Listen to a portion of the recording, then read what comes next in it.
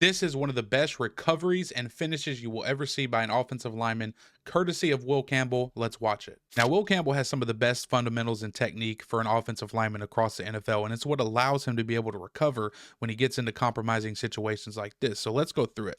Now, Will Campbell's going to try to shoot that outside strike right here to the outside shoulder plate of this defender, but he gets it chopped down. It's a really nice job by the defender with a stab to the chest right there and chopping that arm down. And as soon as Will Campbell feels that arm get chopped, okay, he brings his inside hand around and lands it on that shoulder plate of that defender, and he uses it to stay square and put himself in front of that defender and his quarterback. Right now, it's a good rep from the defender. He collapses the pocket initially, but watch this thing as it plays out, right? So there it is again. We have that hand on the shoulder plate right there or the back plate. And this defender at this point, he's going to try to spin this thing back inside, or not spin, but come back inside, right?